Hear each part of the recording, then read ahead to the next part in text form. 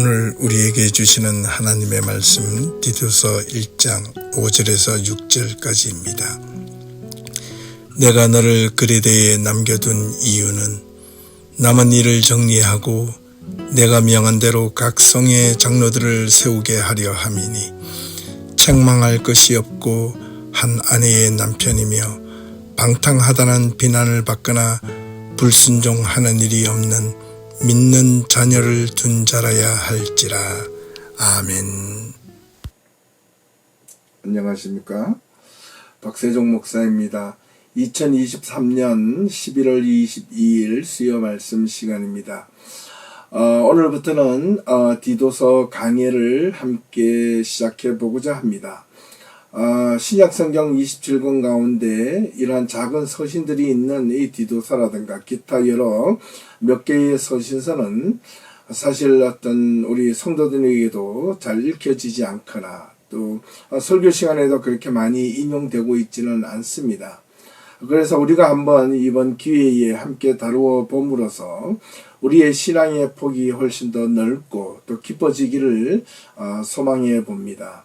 그래서 오늘은 이 디도서 전체 3장까지 있는데요. 한 장 한 장 우리가 살펴보기 전에 또 디도서에 대한 서론 부분, 또 시대적 배경과 역사적 배경이 어떠했는지 그 먼저를 오늘 함께 살펴보고 그 다음 주부터 한 장 한 장 이 디도서의 내용을 깊이 함께 살펴보는 시간을 갖도록 하겠습니다. 이 먼저 디도서의 저자는 사도 바울이라고 먼저 디도서 1장 1절에 언급하고 있는 것을 볼 때 사도 바울이 저자이면은 분명한 듯 보여집니다. 사실은 이런 문제 때문에 여러 가지 신학적 논쟁이 있기는 하지만은 여러 가지 문체나 형식을 보았을 때 사도 바울임을 우리는 알 수 있습니다. 이 디도서의 저작 연재는 대략 주후 65년경 사도 바울의 복음 전파의 마지막 부분에 디모데 전서에 이어서 사도 바울이 디도서를 향하여 기록했을 것으로 보고 있습니다. 왜냐하면 이 디도서는 디모데 전서와 여러 가지 형식적으로 비슷한 어떤 문체나 양식을 가지고 있기 때문에 그렇습니다. 이 자세한 내용은 이따가 다시 한 번 더 살펴보도록 하겠습니다. 먼저 이 디도서의 어떤 주제를 말해보라고 한다면 무엇보다도 이 디도서는 목회적 교훈이 상당히 많이 들어 있습니다. 바울의 어떤 다른 서신인 여러 가지 내용들보다도 디모데 전서와 같이 특별히 장로의 자격에 대해서 교훈한 후에 또 이후에 구원의 목적으로서 어떻게 선행을 해야 할 것인지에 대한 내용이 담겨져 있습니다. 여기서 장로의 자격이라는 것은 오늘날 우리가 지금 언급하고 있는 교회 장로님도 물론 속할 수 있겠지만은 그 당시의 장로에 대한 직분은 꼭 비단 우리가 지금 오늘날 현재 시스템인 장로님에 대한 역할뿐만 아니라 교회 전체 지도자를 향한 메시지이기도 합니다. 그래서 이러한 부분들을 우리가 잘 염두에 두셔서 우리가 함께 읽어볼 필요가 있다 하겠습니다. 이 수신자인 디도에 대해서 한번 또 생각해 보겠습니다. 사도 바울이 다른 서신이었던 로마서라든가 고린도전후서 또는 에베소서와 달리 이 디도서의 수신자는 디도라는 한 인물, 한 개인으로 되어 있습니다. 사실 이 디도는 헬라인 기독교 신자입니다.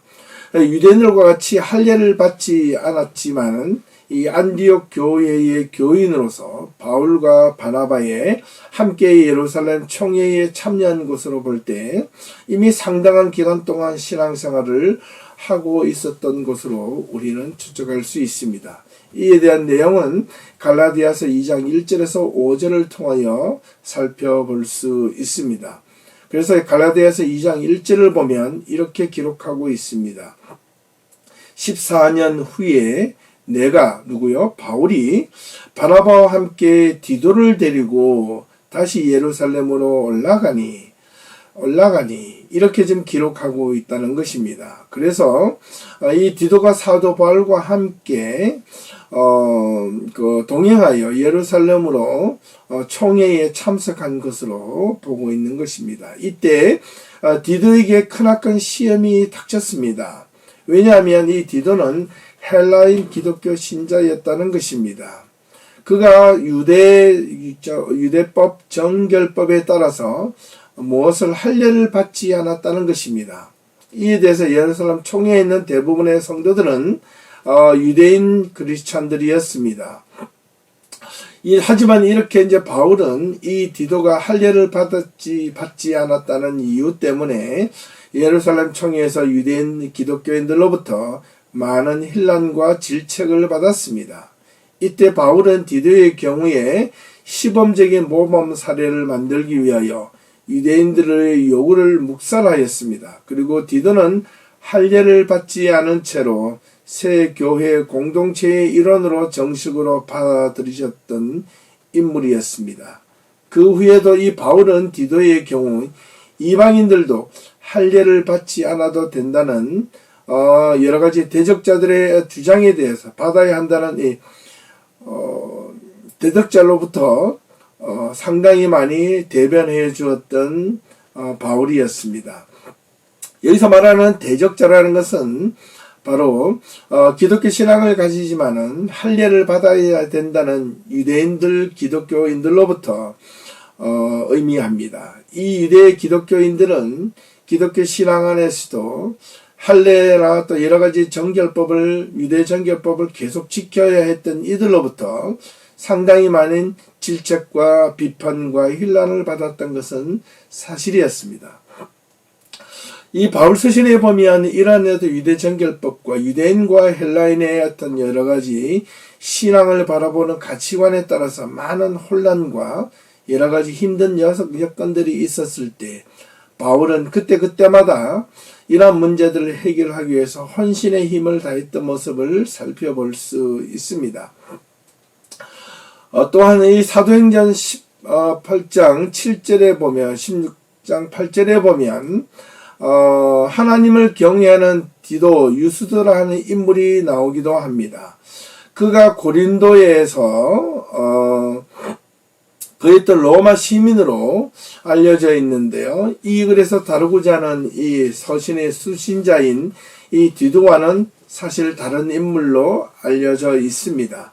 한때 디도 유스도를 본 서신의 수신자인 이 디도와 동일시하려 했던 때도 있었습니다.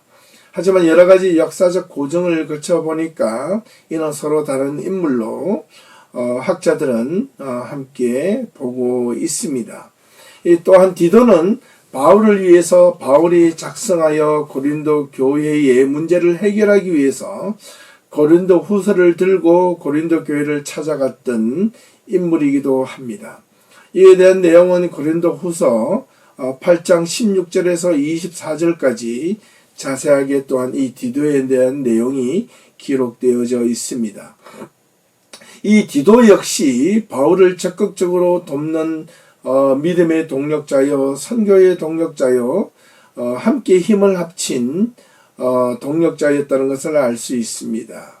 그런데 바울이 디도와 함께 이 그레데 섬을 방문하였다가 그레데에 디도만 남겨두고 바울은 다시 돌아오게 되었습니다.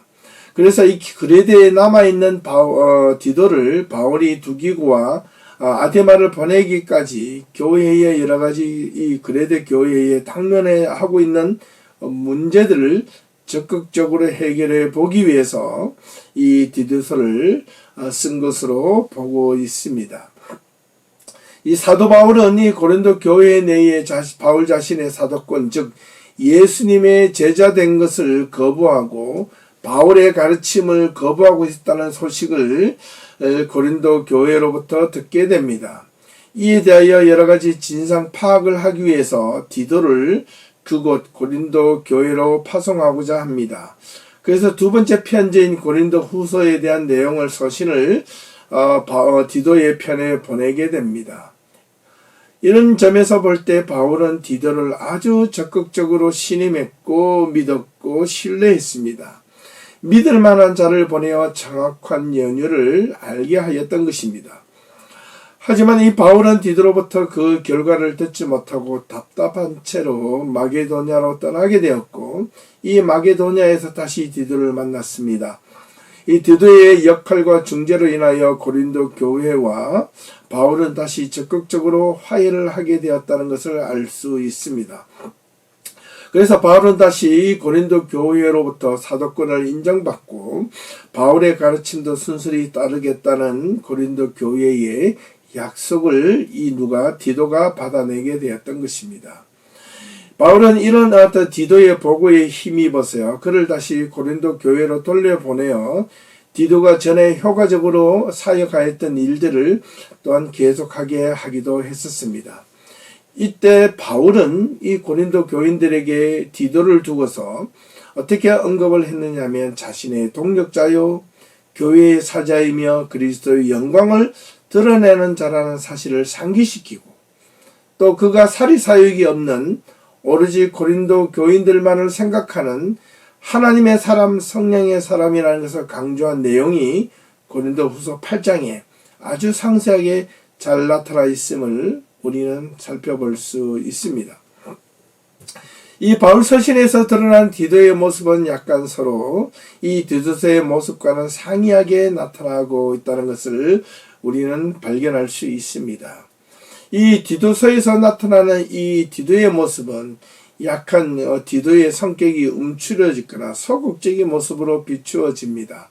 여러 가지 당면에 있던 교회의 문제라든가 교리적인 문제 또는 도덕적인 문제에 있어서 그 권리나 권위를 올바르게 행사하지 못하고 여러 가지 어떤 위축이 되어 있는 모습을 보고, 사도 바울은 그 권리를 올바르게 하나님의 뜻 가운데서 행사하도록 조언할 필요가 있다고 느껴서 강하게 믿음 안에서 그것을 진행할 수 있도록 디도 개인에게 보낸 편지가 바로 이 디도서입니다.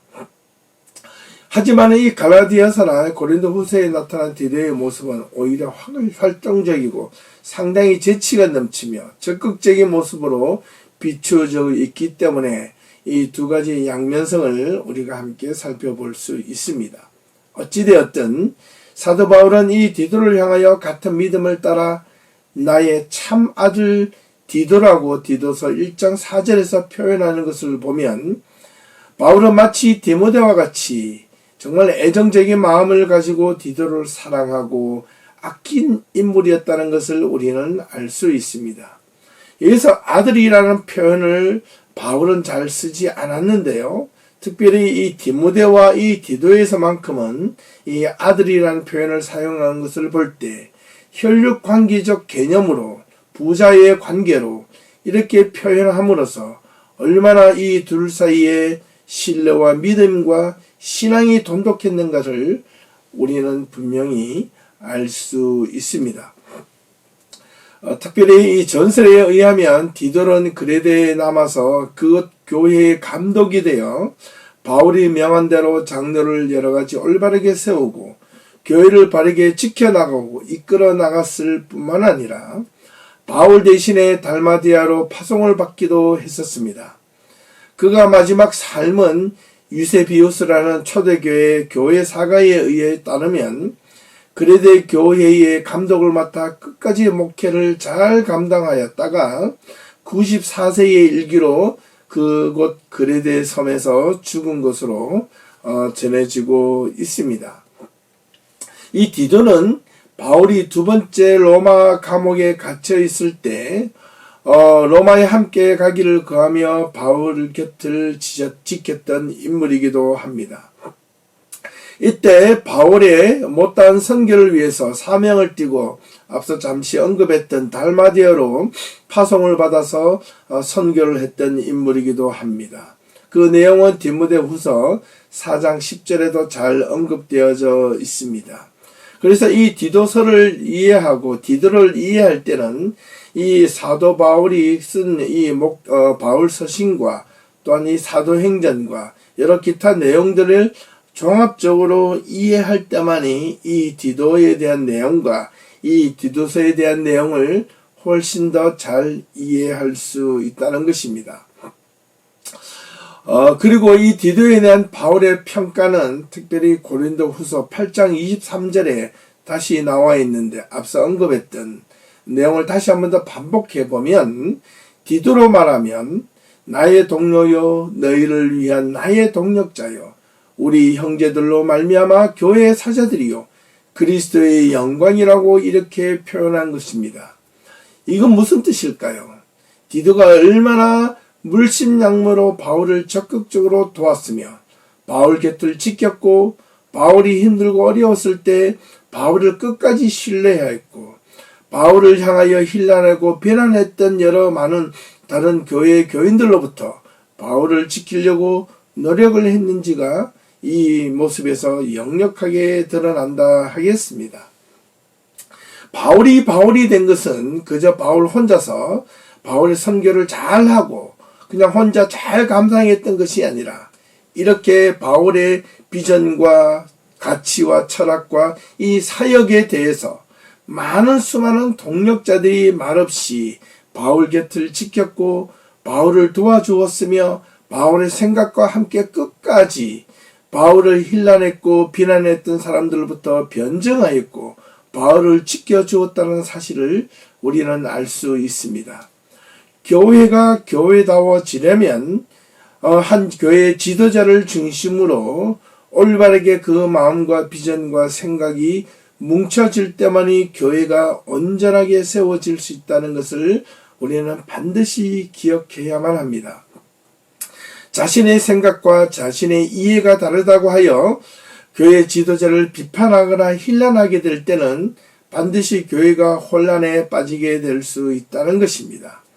교회 지도자의 진가를 알기 위해서는 그 곁에서 그 교회 지도자의 모습과 면밀한 내용들을 잘 살펴보고 그와 함께 힘을 합치고 함께 선교하는, 함께 비전을 맞추어 나가는 그런 모습이 있을 때 그 교회가 진정 올바른 교회가 될 수 있고 참된 교회로서의 모습이 세워질 수 있다 하겠습니다. 디도서가 기록될 당시에 디도가 목회하고 있었던 곳은 앞서 몇 번 언급한 대로 바로 그레데라는 섬이었습니다. 바울은 디도를 그레데에 남겨두고 급히 떠나와야만 했던 여러 가지 사정이 생겼던 모양입니다. 그곳에 있는 교회 안에서 여러 가지 문제가 또한 발생하였던 것으로 보입니다. 그래서 디도서 1장 10절에서 13절까지 내용과 디도서 2장 1절에서 10절 내용을 서로 함께 비교해서 보면 교회 내의 질서 확립과 바른 신앙관의 정립이 시급할 정도로 이 그레데 교회는 상당히 여러 가지 모양으로 혼란스러웠다는 것을 알 수 있습니다. 그에 대해서 믿음에 대한 올바른 행위를 찾아보기 힘들었습니다.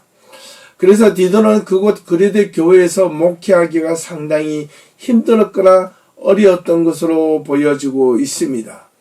이런 어려움에 처해있던 이 디도를 향하여 바울은 그 소식을 듣고서 목회를 하고 있는 디도에게 신앙을 격려하고 믿음을 잘 지키고 교회를 올바르게 세우고 어떻게 적극적으로 교회를 지켜나가야 될 것인가를 바르게 설명하고 있는 내용이 바로 이 디도서였다는 것입니다.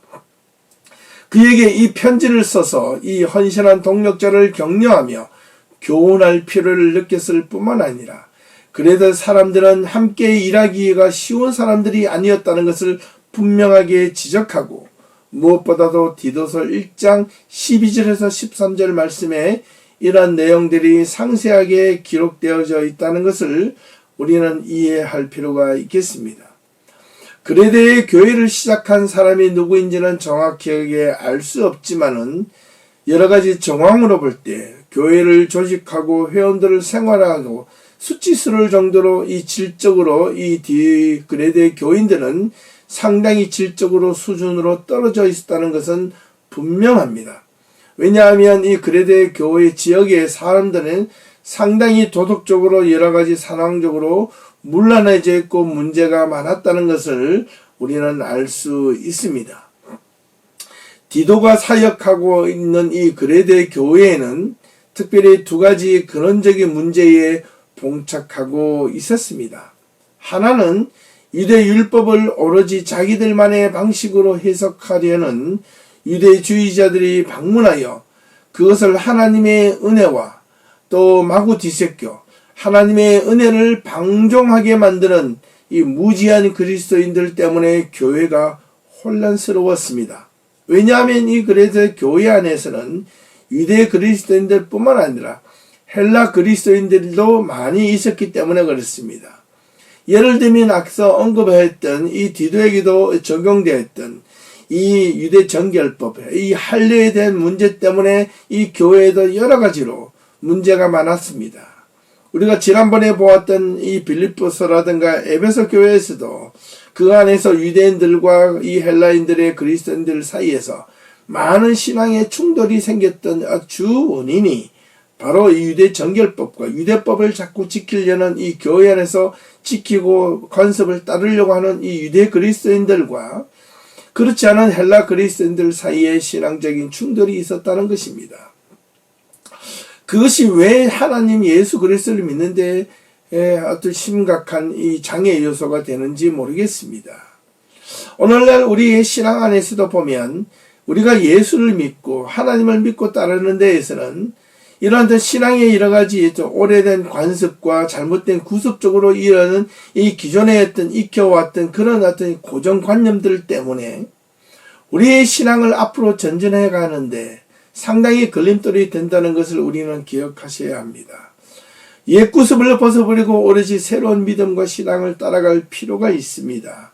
그렇지 않으면 그 신앙의 옛 구습과 관습들이 우리가 미래의 신앙을 쫓아가는 데 걸림돌이 될 수 있다는 것을 우리는 분명히 기억해야만 합니다.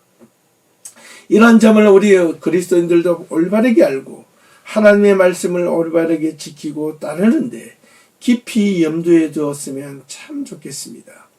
이 그레데 교회 안에서도 바로 이 유대 그리스도인들과 헬라 그리스도인들 간의 신앙의 어떤 충돌이 바로 이러한 점에 있었다는 것입니다.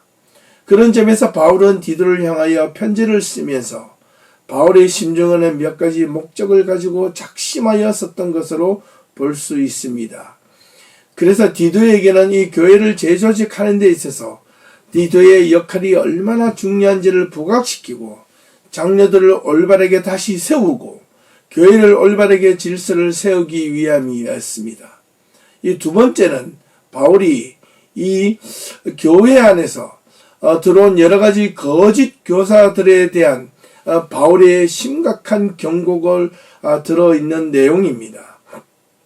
거짓 교사들이라는 것은 그 지역에 가지고 있던 여러 가지 이단적인 사상과 기독교 사상을 혼합하여 교회 안에서 잘못 가르치고 있는 내용들을 의미합니다. 이것은 아주 위험한 신앙일 수 있는 독배와 같은 것입니다.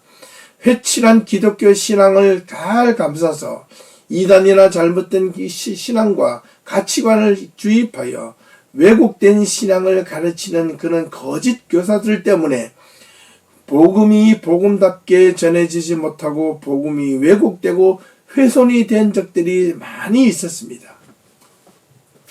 바울은 이 디도라는 이 교회의 지도자에게 이러한 거짓 교사들을 분별하고 그들을 징계하고 찾아내어야 할 필요를 느꼈던 것입니다. 교회가 무엇보다도 교회를 바르게 세우기 위하여 교회가 그냥 그저 좋은 것은 좋은 것이다라고 이렇게 어물쩍 넘어가면 교회는 언제나 혼란스럽고 여러 가지 일로 힘들어질 수밖에 없습니다. 대부분 교회 성도들은 자신의 신앙이 거짓이라고 스스로 결코 생각하지 않을 것입니다. 특별히 교회에 열심을 내는 사람일수록 더욱 그러합니다. 자신은 교회에 무엇보다도 열심히 헌신하고 수고했다는 것에 자신의 명분을 쌓으려 하기 때문에 그렇습니다. 하지만 교회가 올바르게 지켜가는 명분은 자신의 열심 있는 헌신이 아니라 오로지 하나님의 말씀에 근거해야 한다는 것입니다. 자신의 수고와 애씀이 근거가 되어서는 안 됩니다. 세 번째는 바울은 이러한 상황에 직면해 있는 디도가 혹시나 자신의 사역에 장애가 되거나 그것이 걸림돌이 되어서 지치거나 번아웃이 되지 않게 하기 위해서 바울의 본심을 전달할 필요가 있고 그에게 용기와 힘을 주기 위함이었던 것입니다. 네 번째는 그리스도인들의 생활에 있어서 하나님의 은혜의 참다운 뜻을 올바르게 전해주고 싶었던 것입니다. 교회의 문제들을 일으키는 사람들은 올바르게 어떻게 처신하고 올바르게 대해야 하는지를 바울은 알려주고 싶었던 것입니다. 그래서 이 디도서가 불과 3장에 불과하지만은 이 디도서의 내용에서 오늘날 우리 교회 안에서도 당면해 있는 여러 가지 교회의 문제들이나 여러 가지 어려운 상황에 직면했을 때 어떻게 교회가 이 문제들을 처리해 갈 수 있는지에 대해서 아주 자세하게 알려주는 그 방향을 제시하고 있는 중요한 내용이라 하겠습니다. 그래서 이 바울이 디도를 향한 이 부담감을 잘 설명해 놓은 이 디도서 이 3장에 대한 내용을 아주 우리들이 신앙 안에서도 도움이 될 수 있기 때문에 우리는 면밀하게 이 디도서를 살펴볼 필요가 있겠습니다. 바울은 무엇보다도 이 디도를 향하여 이 디도서를 통해서 여러 가지 많은 이야기를 하고 있지만 특별히 선한 일, 선행에 대해서 여러 가지 많이 기록하고 있습니다. 지금 디도가 자신의 사역을 묵묵히 해 나가는 데 있어서 힘들고 어렵거나 교회 안에서 여러 가지 성도들이 자신의 리더십을 무시하고 자기 마음대로 생각하고 판단하고 자신의 신앙을 가지고 평가하고 비판하는 교인들끼리 서로 시기하고 평가하는 그런 면들에 대하여 바울은 디도를 향하여 흔들리지 말 것을 요청하고 있을 뿐만 아니라 지금 하고 있는 그 믿음의 일 선행을 묵묵히 올바르게 잘 하고 있는 것이니까 그대로 밀고 나가라고 그렇게 바울은 끊임없이 격려하고 있는 것입니다. 그 내용이 바로 디도서 1장 16절, 3장 1절, 8절 그리고 14절 이런 내용들에서 상세하게 기록되어져 있다는 것을 우리는 잘 살펴볼 수 있습니다.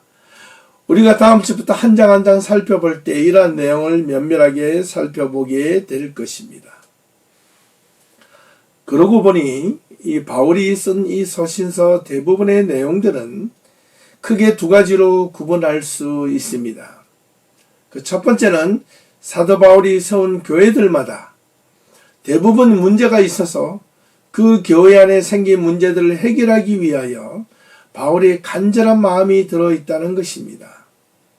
바울이 자신이 세운 교회들 안에서 문제없는 교회가 없었습니다. 그 문제가 생길 때마다 바울은 애타는 심정이었습니다. 교회가 잘 세워지기를 바라고 교회가 온전히 건강한 모습으로 지켜지고 하나님의 말씀으로 온전하게 성장해 가기를 바랬지만은 교회마다 여러 가지 문제가 있어서 바울은 그때마다 서신을 보내어서 바울의 애타는 심정과 교회의 문제를 해결해 가기를 원했던 것입니다. 두 번째는 그 교회마다 분쟁이 생긴 원인이 무엇일까를 곰곰이 살펴보니 그 안에 공통점이 두 가지가 있었습니다. 그 하나는 교회가 주변 상황에 많이 휘둘렸기 때문입니다. 주변 상황이란 그 지역에서 회자되었거나 사회적 분위기 또는 기독교 신앙이 아닌 다른 토속 종교나 여러 이단 사상과 같은 그런 흐름들이 교회 안에 함께 뒤섞여 들어와서 교회를 혼란스럽게 한 것입니다. 그리고 또 다른 하나는 교회 안에 있는 성도들끼리의 시기와 질투와 분쟁과 질투였습니다. 이런 시기 질투, 자기들이 가지고 있는 개개인의 신앙적 사고나 가치관 이런 것들이 아집이 되고 고집이 되어서 교회 안에서 자기 신앙이 서로 옳다고 주장하고 그렇지 않은 교인들을 향하여 비판하고 교회 지도자의 권위를 무시하고 그것을 힐난하고 비판하기를 주저없이 해되었던 것입니다. 그래서 교회가 혼란스럽고 힘들어졌다는 것입니다. 이러한 내용들이 사실 교회 안에서 일어난 대부분의 문제들과 분쟁이었다는 것을 우리는 꼭 명심하고 기억해야 하겠습니다. 디도가 목회하였던 이 그레데 섬은 대략 크기가 약 둘레가 250km 정도 되었고 폭이 약 48km 정도 되는 아주 작은 섬이었습니다.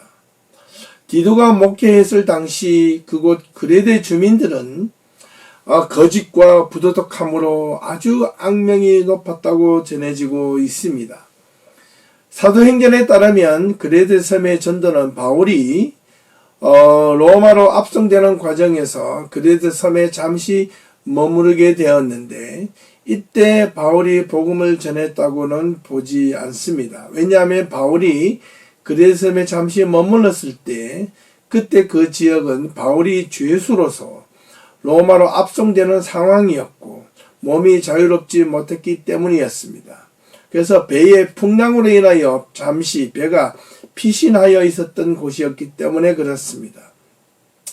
하지만 바울이 이 로마 감옥에서 갇혀 있다가 첫 번째 로마 감옥에서 풀려난 적이 있었을 때 이 바울이 디도와 함께 이 그레데를 방문한 것으로 보고 있습니다.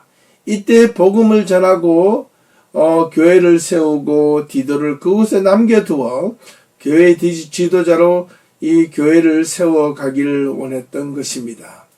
그래서 바울이 디도를 그레데에 남겨둔 이유는 바울이 남은 일을 정리하고 자신이 명한 대로 각 지역의 이 그레데 교회의 장로들을 잘 세우고 교회를 온전하게 지켜가기 위함이라는 것을 우리는 살펴볼 수 있습니다. 이제 또한 이 디도서의 내용으로 이제 한번 들어가 보겠습니다. 이 디도서의 특징에 대해서 한번 살펴보기로 하겠는데요. 디도서는 앞서 언급한 대로 디모데전서와 역사적 배경과 내용면에 봤을 때 상당히 유사함을 가지고 있습니다. 여러 가지 내용면에서 그렇다는 것입니다. 하지만 이 디도서의 뚜렷한 특징이 있다면 그것은 교회 안에서 혼탁한 신앙에 대한 부분들을 바로 잡으려 했던 그런 면들의 올바른 기준이 어떠한 것을 분명하게 제시해주고 있는 신학적으로 교리적인 부분이 담겨져 있습니다. 이러한 교리적인 부분들이 디도서에는 아주 상세하게 기록되어져 있는데 하나님의 은혜에 대한 가장 숭고한 표현이 이 디도서에 기록되어져 있습니다. 이러한 내용들은 우리가 한 장 한 장 읽을 때마다 자세하게 살펴보기로 하겠습니다. 하지만 사도 바울이 한 개인 디도에게 보내는 사적인 형식을 띠는 편지이지만은 그러나 이 교회 그레데 교회 전체를 향한 공적인 성격을 지니고 있기 때문에 이 교회가 당면한 여러 가지 문제를 교회 지도자인 이 그레데를 향하여 디도를 향하여 편지를 보내었기 때문에 또한 공적인 서신서라고도 말할 수 있겠습니다. 이제 디도서에 대한 구절을 살펴보겠습니다. 이 디도서는 총 3장으로 구성되어져 있습니다. 하지만 이 크게 3단락 한 장 한 장으로 이어서 구분해 볼 필요가 있습니다. 첫 번째 단락은 디도서 1장 1절에서 16절까지에 있는 내용인데 건전한 신앙을 위하여 건강한 교회 질서가 필요하다는 것입니다. 그래서 교회의 교리적인 어떤 그런 형식을 담은 내용이 1장에 기록되어져 있다면 두 번째 단락인 디도서 2장 1절에서 15절까지의 내용은 올바른 교회의 복음을 또 교리를 어떻게 전파할 것인가에 대한 내용이 담겨져 있습니다. 마지막 세 번째 단락인 디도서 3장 1절에서 15절까지의 내용은 올바른 교리, 복음을 어떻게 교회 안에서 또 세상에서 실천하며 살아야 될 것인가를 이렇게 기록하고 있다 하겠습니다. 자, 그렇다면 이 디도서의 방향은 뚜렷하고 분명합니다. 교회 안에 생긴 여러 가지 분쟁을 바르게 잡고 그 바르게 잡기 위해서는 특별하게 하나님의 말씀에 대한 기준이 필요하고 그 기준에 따라서 교회를 올바르게 치리하고 문제가 있으면 문제를 해결해 가기를 바랬고 그 문제 해결뿐만 아니라 앞으로 신앙생활을 어떻게 실천해 나갈 것인가에 대한 내용이 바로 이 디도서라는 점이 분명합니다. 오늘날 우리 현대 교회 안에서도 잘 다루고 있지 않은 이 디도서를 오늘날 교회마다 여러 가지 힘들고 어려운 문제가 생겼을 때 이 디도서를 기준으로 교회 문제를 해결해 갈 수 있으면 참 좋겠습니다. 우리 예배교회도 틀리지 않습니다. 우리 교회 안에서 여러 가지 혹 문제가 일어나거나 여러 가지 분쟁이 생겼을 때 이 디도서를 읽으면서 우리가 함께 해결해 갈 수 있으면 참 좋겠습니다. 이제 마지막으로 우리가 알아야 할 한 가지 내용을 마지막으로 설명드리고 오늘 서론 부분을 마치도록 하겠습니다. 이 기원 후 이 디도서에 대한 내용보다는요, 전체의 헬라 지역에 대한 내용이 한 번 더 살펴볼 필요가 있습니다. 기원 후 약 1세기 당시 사회의 모습들을 살펴본다는 뜻입니다. 이 당시는 바로 로마 제국의 지배하에 있었지만은 사실 모든 사회 전반의 시대는 헬레니즘적 영향을 받고 있었습니다. 다르게 말하면 헬라 문화가 그대로 로마 제국 시대에 스며들어서 비록 로마 제국의 지배하에 있었지만은 정신적인 가치와 모든 언어와 행동들은 이 헬라적 사고와 언어와 이 문화에 익숙해져 있었다는 것입니다. 이 로마인들이 이 그리스를 정복하고 보니까 이 그리스 헬라 문화가 로마 제국이 가지고 있었던 이 자인의 사상보다도 훨씬 가치와 정신적으로 높았던 것을 보면서 그 모든 정신과 가치와 기준들을 그대로 흡수하여 로마화 시켰던 것입니다. 그래서 AD 300년까지는 대부분의 이 시기가 비록 로마 제국 시대에 있었지만은 모든 언어와 관습과 행태는 헬레니즘 영향을 그대로 받고 있었다는 것을 우리는 이해할 필요가 있습니다. 하지만 당시 로마 제국 황제 숭배 사상이 여전히 이 당시부터 헬레니즘 영향을 받아서 그것이 종교화되기 시작했습니다. 종교화되어버린 그 사회 속에서 구원이라는 것은 오로지 자신들을 통해서 나타나는 신들의 이 은혜를 뜻하는 말로 사용되어져 있다는 것을 우리는 기억할 필요가 있습니다. 쉽게 설명하자면 헬레니즘적 영향이라는 것은 그리스 로마 신화가 신인 동양설에 입각해서 로마 황제가 신격화되기 시작했다는 것입니다. 그래서 점점 이 통치자인 즉 황제가 신격화되어서 황제 숭배 사상이 본격적으로 이루어지기 시작했다는 것입니다. 그래서 황제 숭배 사상이 카리스마적인 분위기와 분명한 메시지를 담은 제사 형식을 띠게 되었고 신들을 대하는 찬양이 곧 통치자인 이 황제를 향한 찬양이 되기도 했던 것입니다.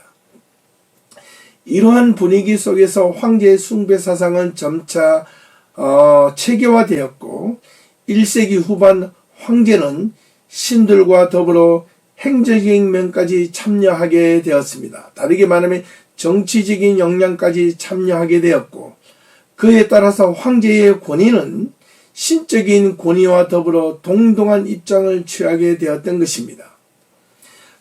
그래서 신앙적인 뿐만 아니라 이 구원관까지 정치적인 면과 권력으로 이렇게 구원관과 연결시키고자 했습니다. 그래서 이 동방의 묵시 문학과 또한 접목이 되어서 메시아 사상과 연결이 되기 시작하여 황제가 곧 신들의 사자이고 또 인류를 구원할 메시아로 자처하게 되면서 황제를 제대로 된 신격화로 올려두고 성격화시킴으로 인하여 그 모든 것들이 헬레니즘 문화에 젖어 있었던 신화 속에 그대로 녹아져서 드디어 황제가 신격화되고 황제 숭배 사상이 본격적으로 이루어진 시기가 AD 1세기였다는 사실입니다. 이에 대한 대표적인 로마 황제들의 유형이 몇 명이 있는데 그 중에 첫 번째 황제였던 시저입니다. 그는 생전에 자신의 신전을 소아시아 지역에 세웠을 뿐만 아니라 사후에 후세들이 이 시저를 신으로 추대되기도 했었습니다. 이후에 아우구스투스 황제와 티베리우스 황제 같은 경우에는 합리적인 범위 내에서 황제 숭배의 전통 사상을 강조하기 시작하였고 또 그 황제를 숭배하기를 강요하기도 했었습니다. 하지만 이와는 반면 클라디우스 황제라는 자가 있었는데 자신을 신성화하는 것에 대해서는 약간 회의적인 태도를 가진 황제도 있었습니다. 하지만 이후에 네로 황제 같은 사람들은 아주 자기중심적이고 시기 질투와 이기심이 많은 황제였기 때문에 자신을 신격 지위에까지 올려놓는 것을 상당히 중요하게 생각하여 아주 자신을 신격화하고 자신을 숭배하지 않으면 극악무도할 만큼 잔인하게 살해할 뿐만 아니라 특별히 기독교인들을 무참히 집단 학살하는 그런 비극을 벌이기도 했던 인물이 바로 네로 황제였다는 것을 우리는 역사적 고증을 통하여 익히 알 수 있습니다. 급기야는 1세기 말 경우에 도미티아누스 황제의 시에는 황제 숭배 사상을 본격화하기 시작하였고 그리고 그 이후에 소아시아 지역에서는 신인 황제설까지 신인 동령설, 황제와 신과 동격화하는 자리에까지 만들기 시작하였던 것입니다. 그래서 각각 로마 제국 휘하에 있었던 지역에는 여러 가지 많은 로마 제국의 경기장을 세우고 만들었습니다. 예를 들면 콜로세움과 같은 원형 경기장 같은 것들 말입니다. 그런 로마 제국의 경기가 있을 때마다 로마 황제를 숭배하는 숭배의식이 진행되기도 했었습니다.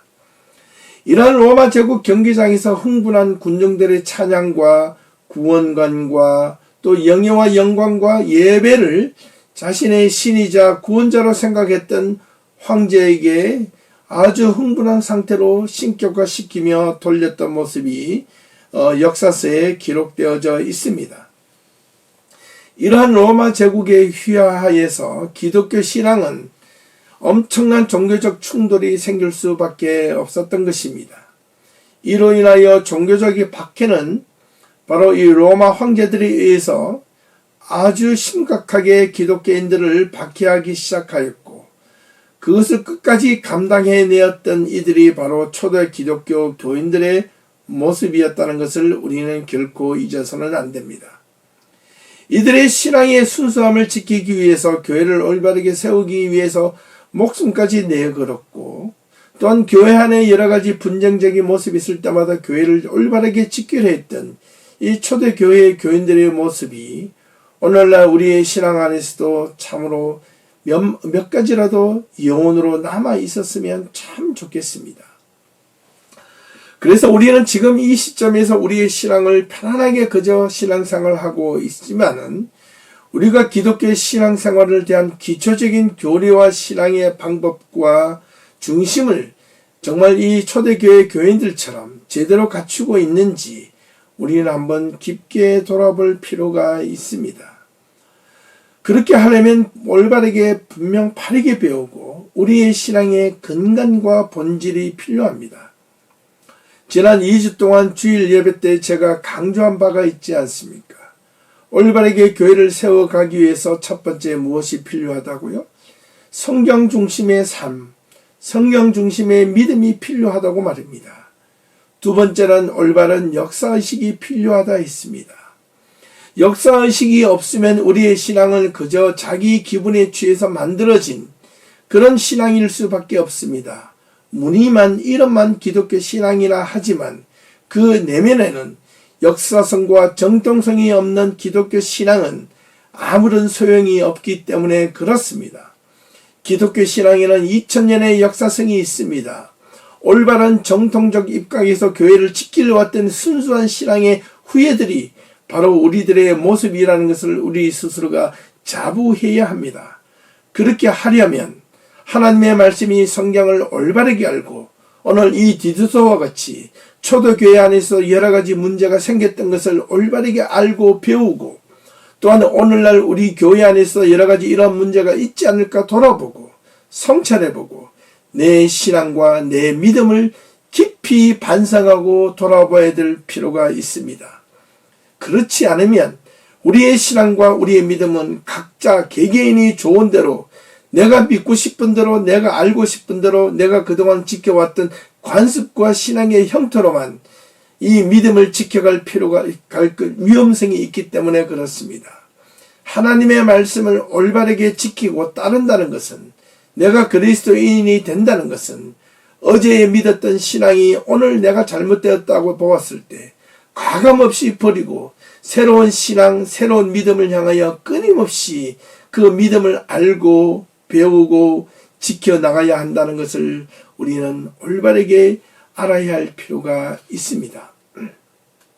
사랑하는 예비교회 성도 여러분, 오늘 이 디도서 서론 부분을 통하여 우리가 깊이 알아야 될 여러 가지 내용들을 먼저 살펴보았습니다. 우리들의 신앙은 어떠합니까? 우리의 믿음은 어떠합니까?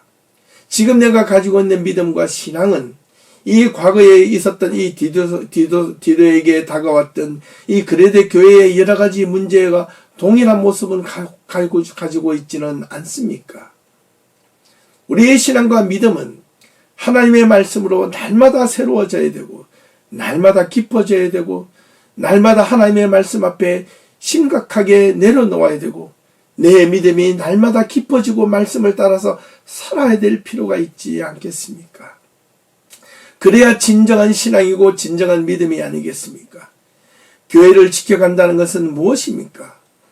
그저 교회에 열심을 다하는 것이 아니라 하나님의 말씀 안에서 성도들이 하나가 되어야 한다는 것입니다. 마음을 모아야 합니다. 생각을 모아야 합니다. 내 생각을 내려놓고 하나님의 말씀 앞에 우리가 모두가 내려놓을 필요가 있다는 것입니다. 기도해야 합니다. 내 생각을 기도하는 것이 아니라 하나님의 말씀을 따른 기도가 필요합니다. 그래야 교회가 살고 교회가 온전하게 하나님의 뜻 가운데 지켜나가고 이루어 나갈 수 있다는 것을 기억할 필요가 있습니다. 앞으로 이 디도서를 향하여 우리에게 주실 하나님의 은혜를 기대하며 오늘 말씀을 마치도록 하겠습니다. 다음 주부터 한 장 한 장 우리가 말씀을 읽어 나갈 때 우리에게 다가오는 하나님의 은혜와 소망이 우리들의 삶과 신앙을 더욱더 깊이 돌아보고 우리의 신앙을 더욱 깊이 하나님 곁으로 가까이 나아갈 수 있는 복된 시간이 될 수 있기를 간절히 소망하며 오늘 말씀을 마치도록 하겠습니다. 남은 한 주간도 주님의 은혜 가운데 복된 삶을 살아갈 수 있기를 간절히 소망합니다. 감사합니다. 수고하셨습니다.